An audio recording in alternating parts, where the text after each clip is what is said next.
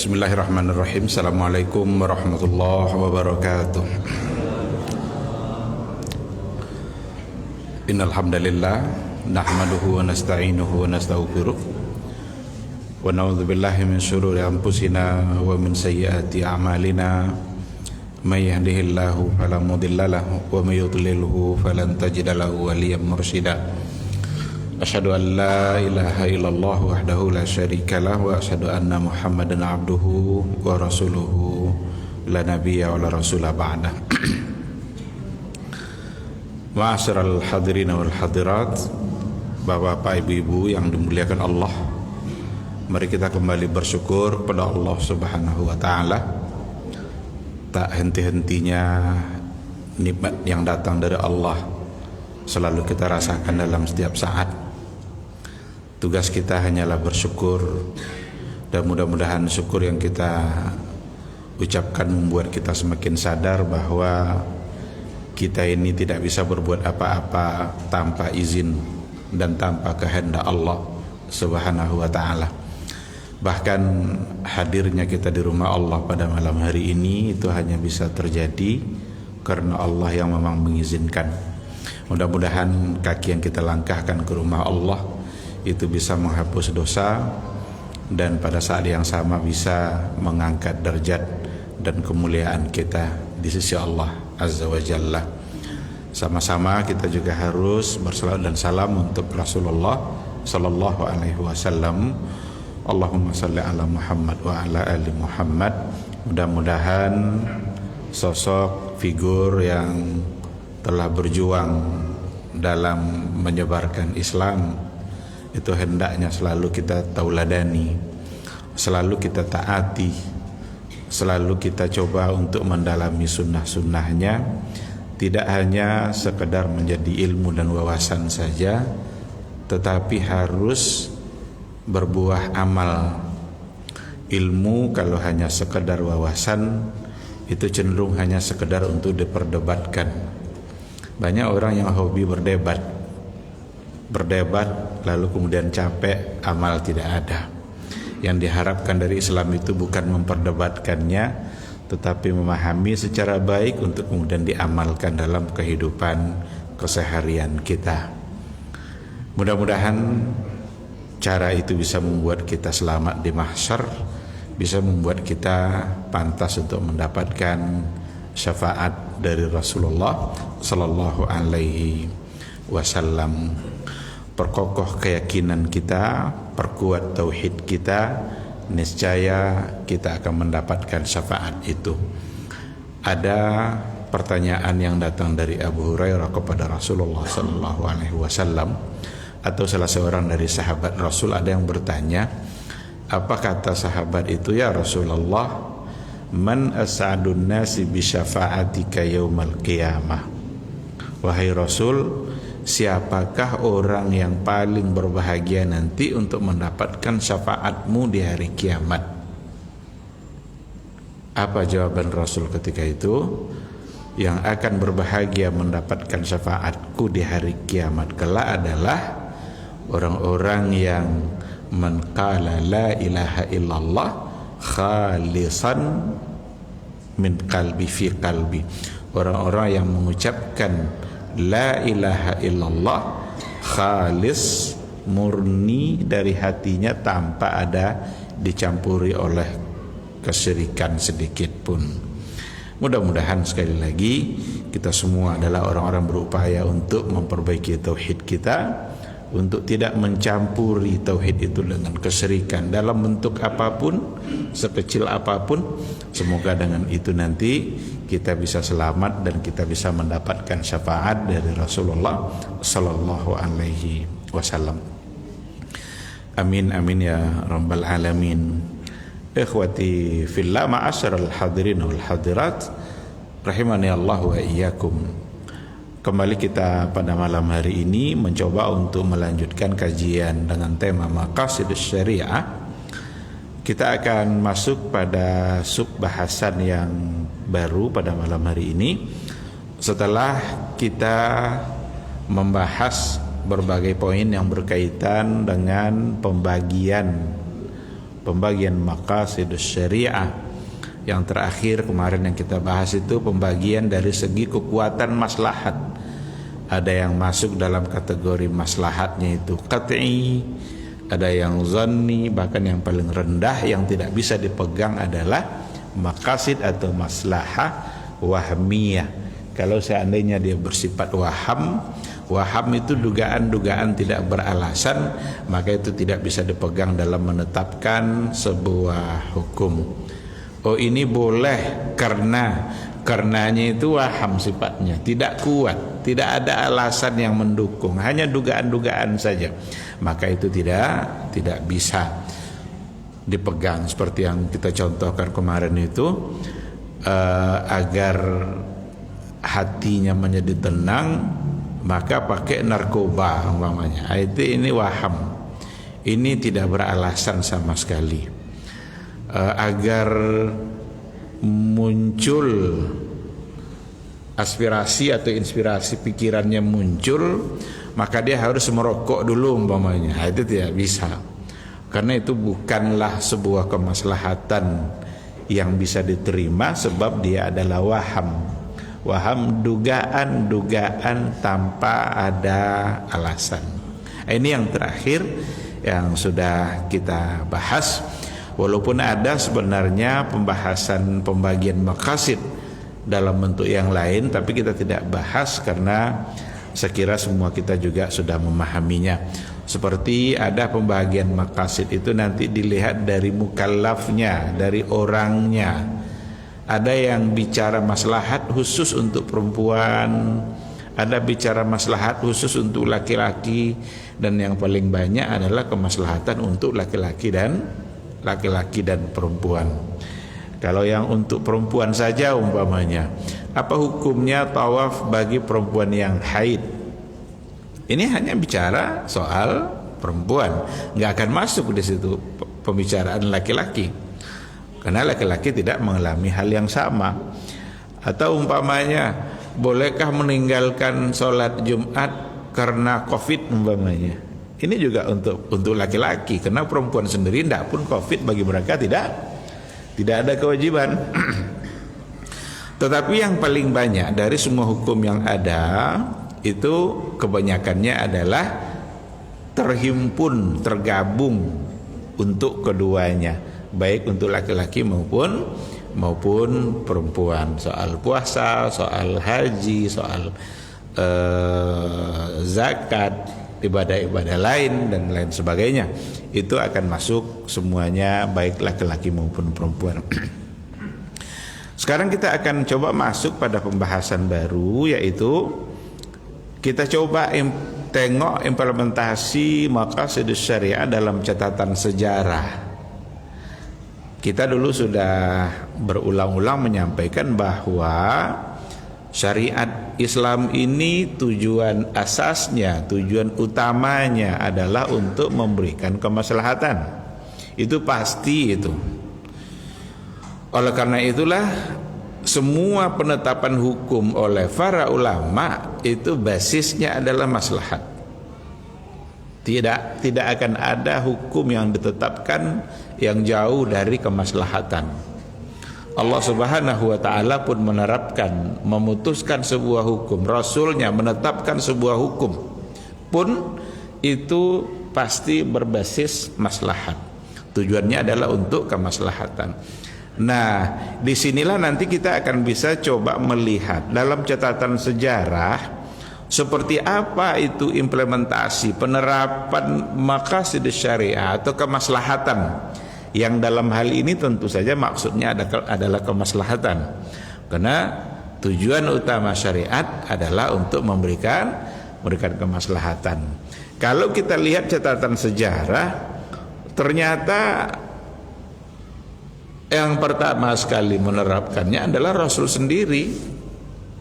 Dalam berbagai kebijakan hukum Nabi Sallallahu Alaihi Wasallam itu memang berujung pada pencapaian atau penerapan kemaslahatan bagi seseorang, yang dalam hal ini tentu saja adalah sahabat.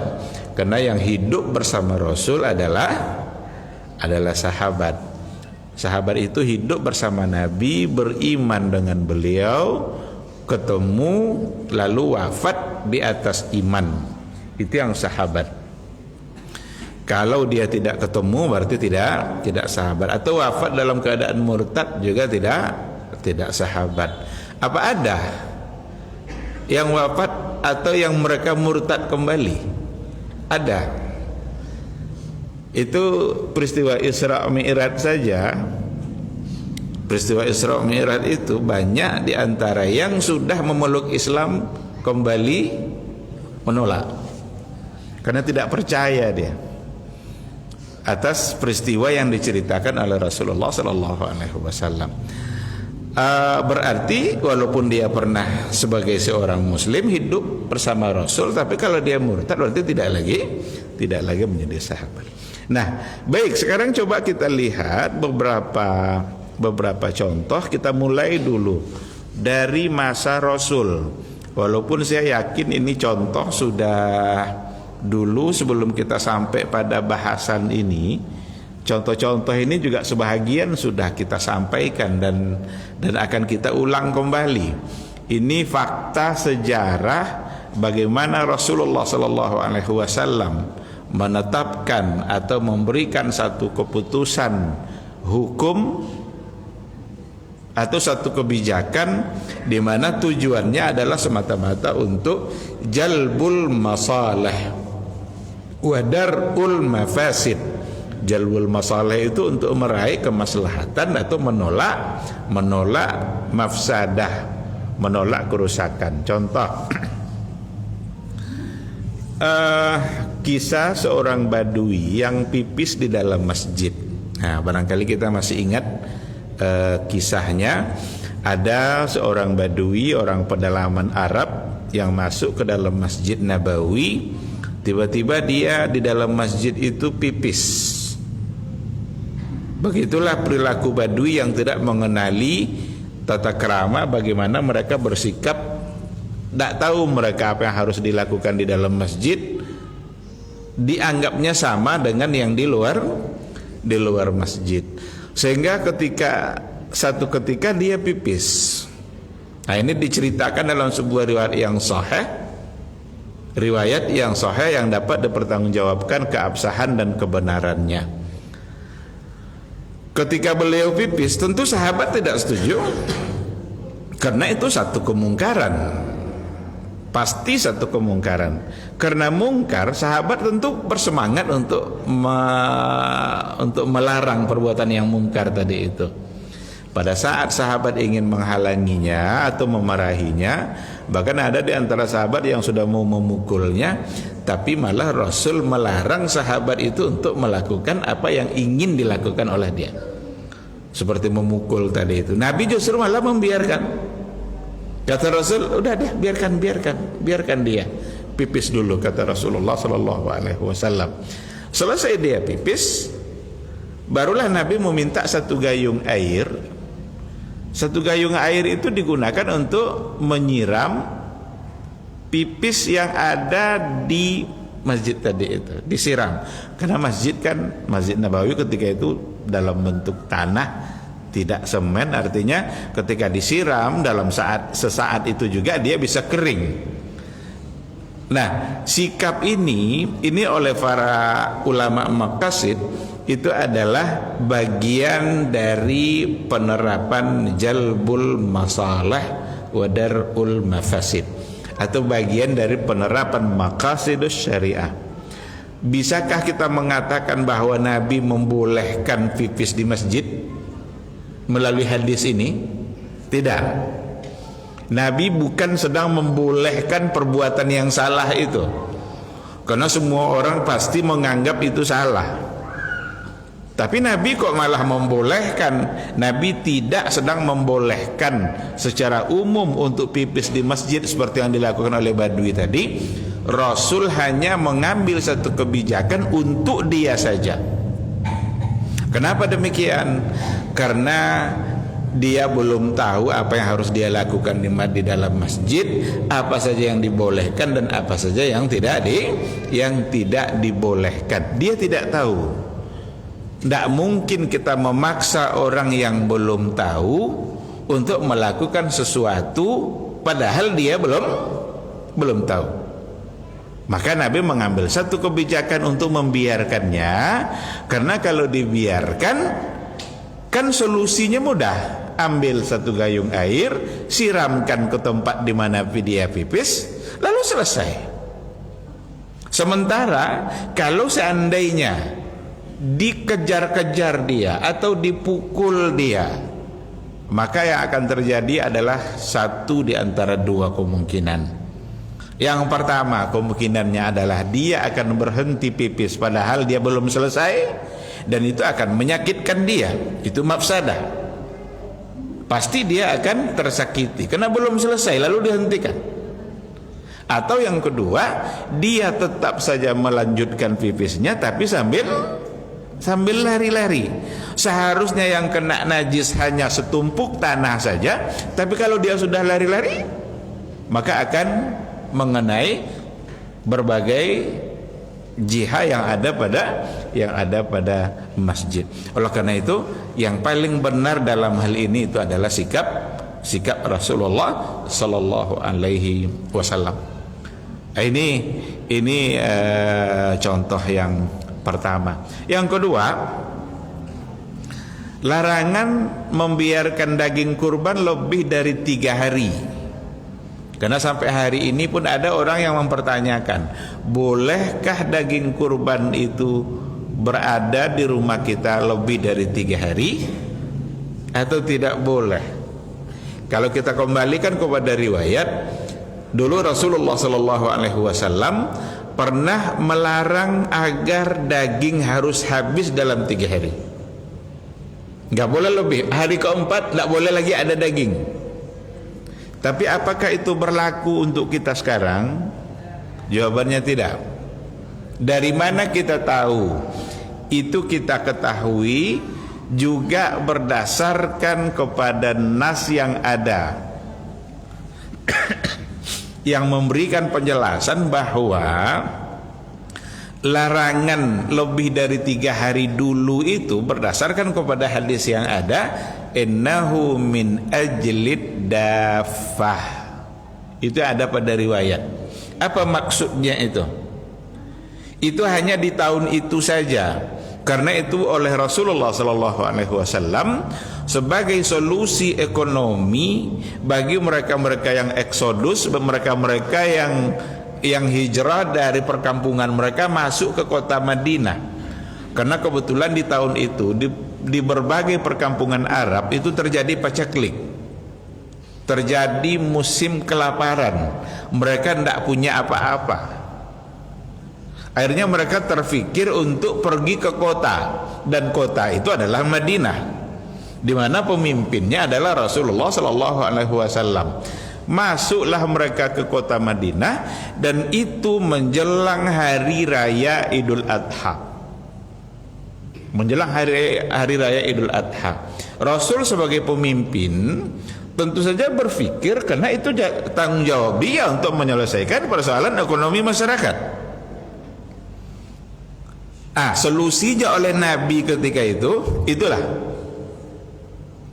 mereka yang berkorban itu diminta mereka untuk berkorban, bagi yang mampu untuk berkorban.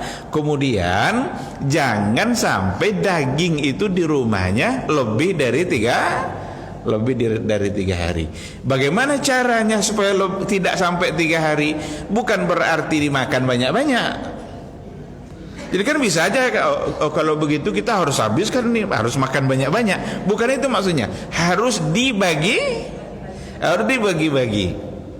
Sehingga orang-orang yang hijrah, yang masuk ke kota Madinah tadi itu, yang mengungsi ke kota Madinah, mereka mendapatkan jatah-jatahnya masing-masing, dan dengan demikian selesailah persoalan kemiskinan atau masalah ekonomi yang mereka hadapi menjelang masuk hari raya haji. Ketika itulah Nabi mengatakan bahwa tidak boleh lebih dari 3 hari. Tahun berikutnya ada sahabat yang bertanya, apakah masih seperti itu ya Rasulullah? Nabi sendiri yang bilang tidak. Karena Nabi mengatakan innahu min ajlid dafah. Yang tahun kemarin itu kata Nabi karena ada persoalan yang sedang kita hadapi. Nah maka hukumnya kalau setahun setelah itu saja hukum tidak lagi berlaku, apalagi pada masa kita hari ini sudah pasti tidak akan diberlakukan lagi daging kurban yang hanya boleh sampai 3 hari. Karena sebelumnya memang ada yang seminggu, ada yang lebih. Daripada numpuk di rumah lama-lama, maka lebih baik diberikan kepada orang-orang miskin yang datang dari perkampungan. Apa yang ditetapkan oleh Nabi dalam persoalan itu, dalam hukum tadi itu sesungguhnya adalah bentuk dari jalbul masalah wa dar'ul mafasid, meraih kemaslahatan dan menolak kemudaratan atau kerusakan. Maslahatnya adalah jelas bahwa sesungguhnya dapat mengatasi dan memberikan makan kepada para pengungsi yang masuk ke kota Madinah. Itu contoh yang kedua. Contoh yang ketiga yang juga menjadi kebijakan Rasulullah SAW, terkadang Nabi itu menjawab untuk jawaban yang sama, tapi untuk pertanyaan yang sama, tapi jawaban Nabi bisa berbeda.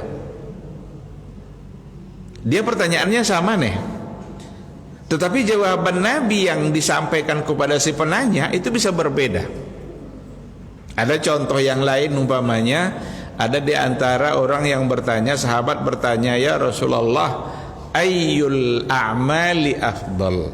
Apa amalan yang paling afdal itu ya Rasulullah?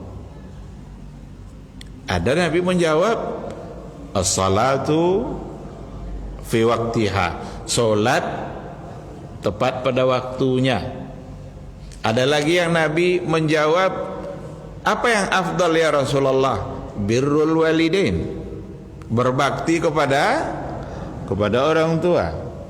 Ada lagi yang berikutnya nanya, ya Rasulullah, apa yang paling afdal amalan ini ya Rasulullah? Nabi bilang, al jihadu fisabilillah, jihad di jalan Allah. Pertanyaannya sama tapi jawabannya berbeda. Kenapa bisa berbeda? Disinilah kecerdasan Nabi dalam menetapkan satu kebijakan yang memang tujuannya pasti adalah untuk kemaslahatan.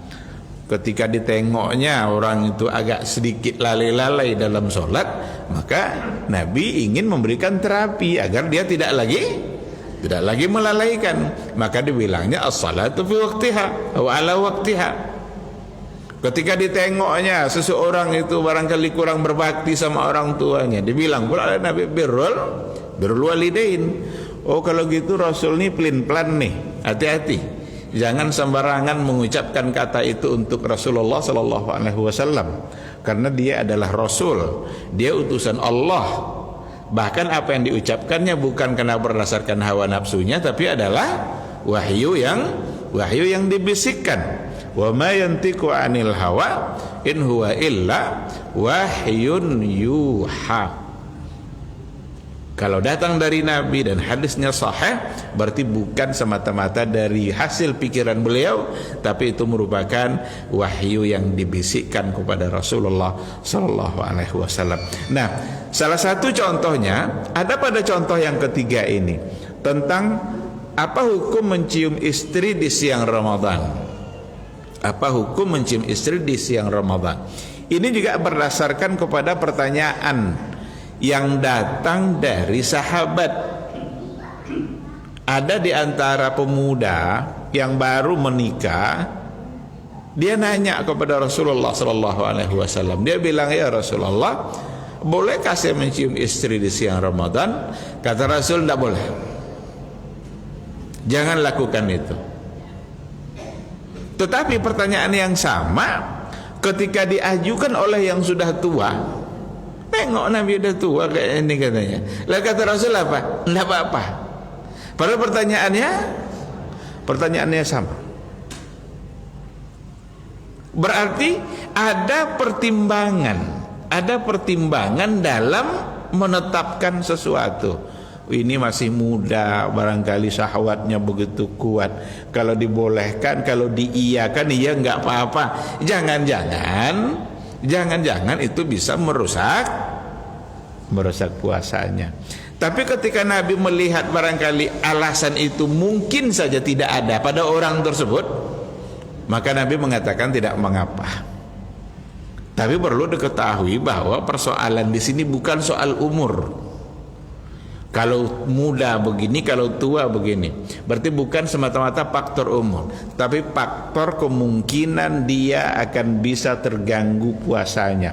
Walaupun sudah tua, tapi kalau seandainya semangatnya samanya dan muda, ya banyak orang tua sekarang lebih parah pula daripada yang muda-muda. Nah, kalau akan terjadi seperti itu, maka berarti bagi dia tetap tidak baik, tetap tidak boleh mengambil hukum tidak boleh yang disampaikan oleh Nabi kepada pemuda. Bahkan hal yang sama pernah ditanya oleh Umar bin Al-Khattab tentang mencium istri di siang Ramadan. Apa kata Rasul kepada Umar? Ara'aita law tamat matta? Bagaimana menurut kamu kalau seandainya kamu berkumur-kumur? Itu membatalkan enggak? Tidak. Berarti seolah-olah Nabi menyamakan hukumnya dengan berkumur-kumur. Kalau berkumur-kumur tidak membatalkan puasa, yang batalkan puasa itu kumur-kumur kalau langsung diminum masuk. Tapi kalau tidak, maka tidak membatalkan. Nah, seolah-olah Nabi ingin menyamakan hukum seperti itu. Berarti tidak membatalkan. Tetapi seandainya akan ada kekhawatiran untuk merusak puasa kita, maka lebih baik untuk ditinggalkan. Bahkan bisa saja dalam hal ini kita yang lebih paham dengan diri kita sendiri, maka bisa kita pakai kaidah yang disampaikan oleh Imam Syatibi dalam persoalan ini, al-insanu faqihu nafsih. Al-insanu, seseorang itu faqihu nafsi, dia lebih mengerti dengan dirinya sendiri. Dia lebih paham dengan dirinya sendiri. Seandainya dia merasa akan terganggu nanti puasanya, maka lebih baik dia untuk tidak melakukan. Tapi kalau tidak, maka berarti hukumnya tidak batal, bahkan disamakan oleh Nabi dengan berkumur-kumur. Baik, contoh yang keempat, ini juga amalan-amalan di hari Mina. Ini tentu saja adalah bagi orang berpuasa, bagi orang yang haji. Kan haji itu amalan yang paling banyak itu dikerjakan pada hari ke-10. Maka disebut dengan Yauman Nahr, Yaumal Hajjil Akbar. Jadi hari ke-10 itu hari haji akbar. Kenapa hari haji akbar? Karena hari itulah amalan haji yang paling banyak dikerjakan. Jumratul Aqabah, menyembelih, potong rambut, tahallul, tawaf ifadah, ada 4 berkumpul dalam satu hari. Maka disebut dengan haji akbar. Tapi ada sebagian yang salah dalam memahami, dikiranya haji akbar itu kalau seandainya hukumnya di hari Jumat, maka disebutlah sebagai hari haji akbar. Padahal setiap tahun tuh hari haji akbar itu ada, yaitu hari ke-10. Maka disebut akbar sebab bertemu di situ sekian banyak amalan haji. Sekarang yang mana yang harus didahulukan? Tawafkah dulu atau melontar jumrah Aqabah dulu, menyembelih dulu? Terjadilah berbagai macam hal yang dialami oleh sahabat-sahabat. Ada yang mendahulukan melontar, ada yang mendahulukan menyembelih, baru melontar.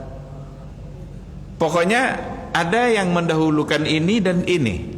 Akhirnya mereka nanya kepada Rasulullah SAW. Ada yang bilang, ya Rasulullah, saya sudah terlanjur menyembelih, tapi saya belum menyembelih, belum melontar. Apa kata Rasul? Izbah wala haraj. Sembelihlah, tidak mengapa, kata Rasul. Ada pula yang datang, ya Rasulullah, saya sudah terlanjur mendahulukan melontar, tapi saya belum menyembelih. Pokoknya dibalik-balik masalahnya itu. Kepada dia Rasul juga bilang, irmi wala haraj, lontarlah, tidak apa-apa. Dulu kan lontar itu tidak mengapa. Maka di hadis itu dikatakan, fama su'ila Rasulullah sallallahu alaihi wasallam an syai'in, tidaklah ditanya Rasulullah sallallahu alaihi wasallam tentang sesuatu, quddima wala ukhir, didahulukan atau diakhirkan. Tidaklah Nabi ditanya di hari itu, saya dulukan ini ya Rasulullah, saya akhirkan ini. Illa qala, kecuali Nabi berkata, if'al wala haraj, if'al wala haraj, lakukanlah dan tidak mengapa. Ini tentu saja satu bentuk kebijakan yang benar-benar di situ nampak jalbul masalah wa darul mafasid, meraih kemaslahatan dan menolak kerusakan atau mafsadah di tengah-tengah masyarakat atau yang pada saat itu adalah sahabat. Itu bagian dari kemudahan, karena kalau seandainya tidaklah boleh didahulukan ini daripada ini, harus berurutan untuk di hari itu, mungkin saja atau kemungkinan besar akan ada kesulitan. Bahkan bolehkah kalau seandainya tidak melakukan tawaf ifadah di hari ke-10? Boleh. Ada orang yang udahlah untuk tawaf ifadah kan harus ke Mekah, harus dikeliling di Ka'bah, tidak boleh tawaf kecuali di Ka'bah. Kalau memang mereka ingin mengerjakan tawaf ifadah di hari itu, otomatis mereka akan meninggalkan Mina. Tinggalkan Mina, pergi dulu ke kota Mekah, lalu balik lagi ke Mina. Jangan-jangan itu membuat mereka menjadi kesulitan. Maka banyak di antara jemaah kita menunda ifadahnya nanti setelah hari-hari Mina. Jadi hari ke-10 nanti mereka mabit 1, 2, kalau dia nafarsani mabit sampai 3 malam. Setelah itu baru dia ke Mekah, dan di sana nanti mereka untuk tawaf ifadah. Bolehkah? Boleh. Disitulah bentuk kemudahan, karena juga salah satu dari maqasid syariah adalah memberikan at-taisir, memberikan kemudahan dalam beragama. Tapi tetap harus sesuai dengan panduan yang diajarkan oleh Rasulullah sallallahu alaihi wasallam. Karena ini Nabi yang membolehkan, maka kita juga harus mengambil kebolehan yang datang dari Nabi. Kecuali nanti kalau dalam hal agama ada hal-hal yang memang tidak dibolehkan oleh Nabi, jangan pula diambil-ambil kemudahan. Jangan ambil kemudahan seperti itu. Oh kan untuk biar kita mudah, tidak apa-apa lah, ini kita undur dulu lalu kita ini kerjakan. Tidak bisa untuk hal-hal yang memang Nabi tidak membolehkan atau sudah ditetapkan oleh para ulama tidak boleh. Apa contoh? Tidak boleh mengerjakan sholat tarawih kecuali dia sudah isya. Tidak boleh mengerjakan tarawih kecuali dia sudah mengerjakan sholat isya. Sekarang terlambat dia ke masjid, ketemu imam sudah atau sedang sholat tarawih, dia belum isya. Boleh tidak dia katakan, udahlah saya selesaikan aja dulu tarawih ini bersama imam, nanti saya isyanya di rumah? Boleh tidak? Tidak boleh. Tidak bisa kita samakan dengan ini. Kalau ini Nabi yang membolehkan, if'al wala haraj, lakukan tidak mengapa. Saya dulukan ini ya Rasulullah, lakukan tidak mengapa. Saya terlanjur begini ya Rasulullah sebelum ini, tidak mengapa, kata Nabi. Nabi yang membolehkan. Tapi untuk hal-hal yang tidak dibolehkan oleh Nabi atau sudah ditetapkan harus berurutan, maka memang kita tidak boleh untuk merubah. Lalu bagaimana caranya? Solatlah isya dulu baru tarawih. Boleh kita mengikuti 2 rakaat imam tarawih, dia tarawih 2 rakaat. Boleh kita ikuti dengan niat kita sholat isya, lalu kemudian nanti kita tambah 2 rakaat untuk mendapatkan jamaah. Oh kalau gitu berbeda niat Pak Ustaz. boleh ikhtilafun niat dalam hal ini. Boleh berbeda niat kita antara imam dengan makmum. Daripada kita sholat sendiri atau buru-buru kita sholat sendiri untuk mengejarnya nanti sholat tarawih, nah, ambil dia 2 rakaat untuk tarawihnya, kita ikuti dia 2 rakaatnya itu, nanti kita tambah 2 lagi karena isya jumlahnya adalah 4 rakaat. Dan itu dibolehkan. Baik, ini beberapa contoh, dan tentu saja akan ada banyak contoh yang lain. Sekarang kita masuk pada masa berikutnya. Setelah masa Rasulullah sallallahu alaihi wasallam itu adalah masa Khulafa ar-Rasyidin. Ada Abu Bakar, ada Umar, ada Utsman, ada Ali bin Abi Thalib. Mereka semua punya kebijakan-kebijakan dalam menetapkan hukum berbasis maqasid asy-syariah, berbasis pencapaian terhadap maslahat. Apa contohnya? Pada masa Abu Bakar, kodifikasi Al-Quran itu mengumpulkan Al-Quran dan membukukannya. Itu awalnya ide itu sebenarnya datang dari Umar bin Al-Khattab.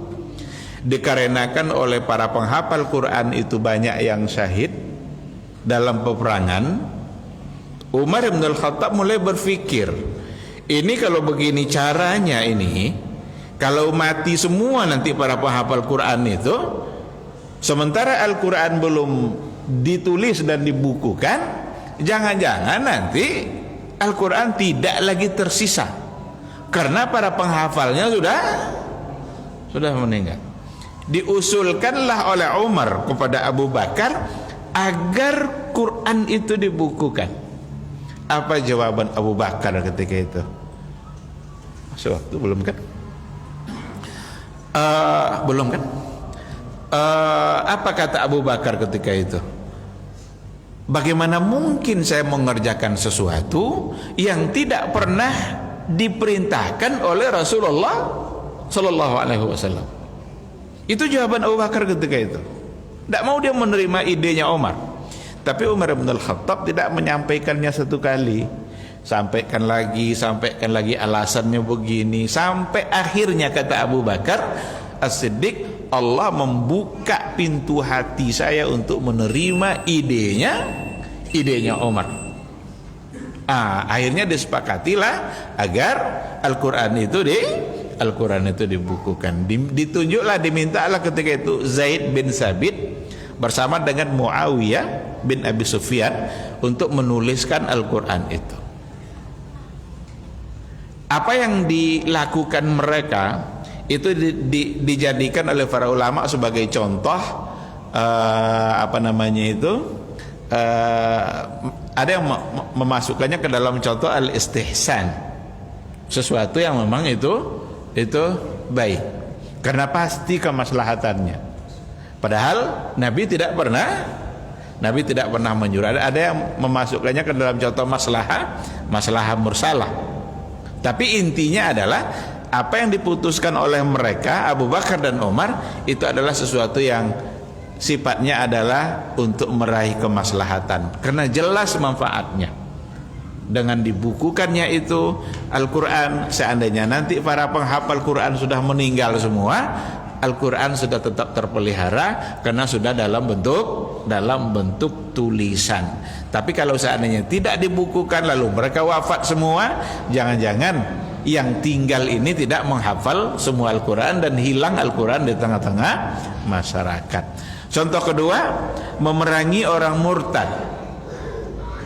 Memerangi orang yang salah satu yang diperangi itu adalah orang yang menolak membayar zakat. Untuk kasus yang kedua ini Umar pula yang menolak. Kalau tadi kan Abu Bakar yang menolak pada awalnya, kasus yang kedua ini Umar yang menolak. Apa kata Umar bin Al-Khattab? Bagaimana mungkin kita membunuh seseorang yang mengucapkan la ilaha illallah? Karena setelah Nabi wafat banyak orang yang tidak mau bayar zakat. Dikiranya kewajiban zakat itu hanya ada pada masa Nabi hidup. Kalau Nabi sudah wafat, tidak ada lagi kewajiban zakat, dikiranya seperti itu. Tapi mereka tetap ucapkan la ilaha illallah. Disinilah Umar bilang, bagaimana mungkin saya bisa membunuh orang yang mengucapkan asyhadu an la ilaha illallah wa asyhadu anna muhammadar rasulullah. Tapi kata Abu Bakar, demi Allah saya tidak akan membeda-bedakan dengan orang yang menolak zakat sama kedudukannya dengan orang menolak untuk mengucapkan la ilaha illallah. Jadi walaupun dia ucapkan la ilaha illallah, sama saja dengan tidak mengucapkan, karena dia menolak konsekuensi dari iman. Karena konsekuensi dari iman dan Islam itu adalah harus mengerjakan kewajiban zakat. Itu juga bagian dari cara oleh Abu Bakar untuk mempertahankan eksistensi Islam. Maka contoh ketiga, membunuh orang-orang yang menolak untuk membayar zakat itu dianggap sebagai murtad. Maka kita harus berhati-hati, jangan sekali-kali kita menolak, membantah sesuatu yang sudah diwajibkan oleh Allah. Jadi beda nanti, umpamanya ada orang tidak sholat, padahal dalam hadis apa? Al-farqu bainal muslim wal kafir itu tarkus salah. Beda muslim sama kafir apa? Ada pada sholat. Sekarang ada orang tidak sholat, apakah dihukumkan kafir atau tidak? Berhati-hati, tengok alasannya. Seandainya dia meninggalkan itu karena menganggap tidak wajib, kenapa kamu tidak sholat zuhur? Karena tidak wajib katanya, berarti kufur, bisa dihukumkan kafir. Kenapa? Karena menolak sesuatu yang diwajibkan. Tapi kalau seandainya dia tinggalkan tahawunan wa takasulan, takasulan itu karena malas, karena menganggap enteng, menganggap remeh, wajib nih katanya, tapi malas saya katanya, dia tidak dihukumkan kafir, tapi dia fasik. Dia tetap sebagai mukmin, tapi mukminnya fasik, orang beriman yang durhaka kepada Allah. Itu tidak membuat dia keluar dari Islam, karena dia masih mengakui kewajibannya dan mengucapkan la ilaha illallah. Nah, pada masa Abu Bakar mereka tidak lagi meyakini wajibnya zakat, bukan sekadar tidak mau bayar zakat, tapi meyakini itu bukan sebagai satu kewajiban, sehingga diperangilah oleh Abu Bakar As-Siddiq. Baik, ikhwati fillah, berarti kita cukupkan sampai di sini. Insyaallah nanti kita masuk pada masa Umar, pada masa Utsman, Ali, bahkan pada masa tabi'in, sampai pada masa kita hari ini nanti, pada masa sekarang. Itu semua adalah ada catatan sejarahnya tentang bagaimana pencapaian atau penerapan maqasid syariah dalam kebijakan hukum. Mudah-mudahan majelis kita menjadi ibadah bagi kita insyaallah, dan semoga Allah Subhanahu wa taala selalu membimbing kita untuk semangat belajar dan untuk mengamalkan apa yang dipelajari. Boleh? Silakan. Waalaikumsalam warahmatullahi wabarakatuh.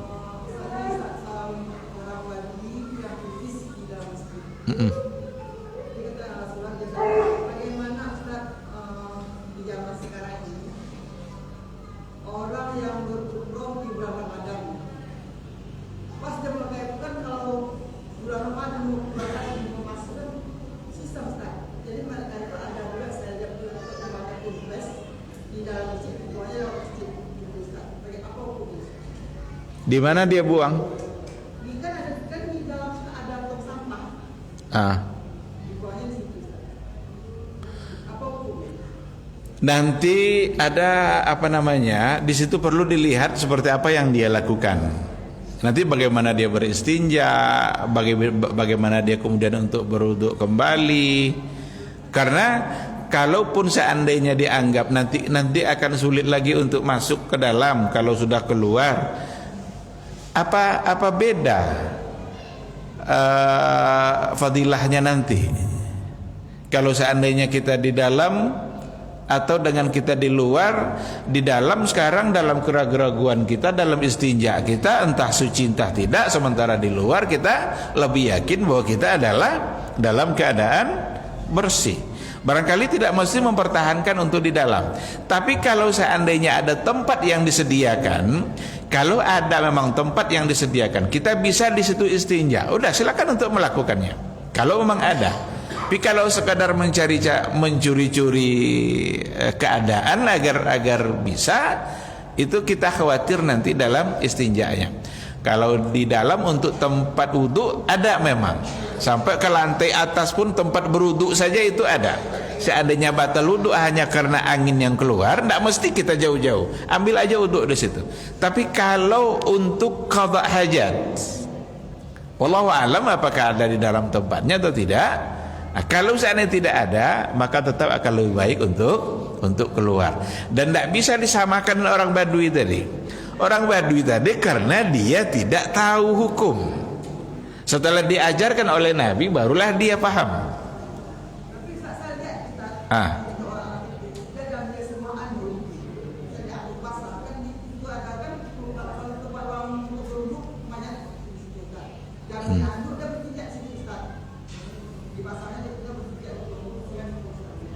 Iya, pokoknya kalau dia bisa membuat ada yang membuat dia yakin dengan kesuciannya, silakan untuk melakukan dan tidak mengotori yang lain. Nah, kalau ada tempatnya, berarti otomatis itu memang adalah untuk itu. Tapi kalau tidak ada, jangan mencuri-curi tempat agar untuk melakukan itu. Karena kita khawatir kita tidak terlalu bersih, kemudian mengotori yang lain. Justru yang kita dapat adalah dosa, sementara yang kita harapkan adalah pahala. Wallahu subhanahu wa ta'ala alam.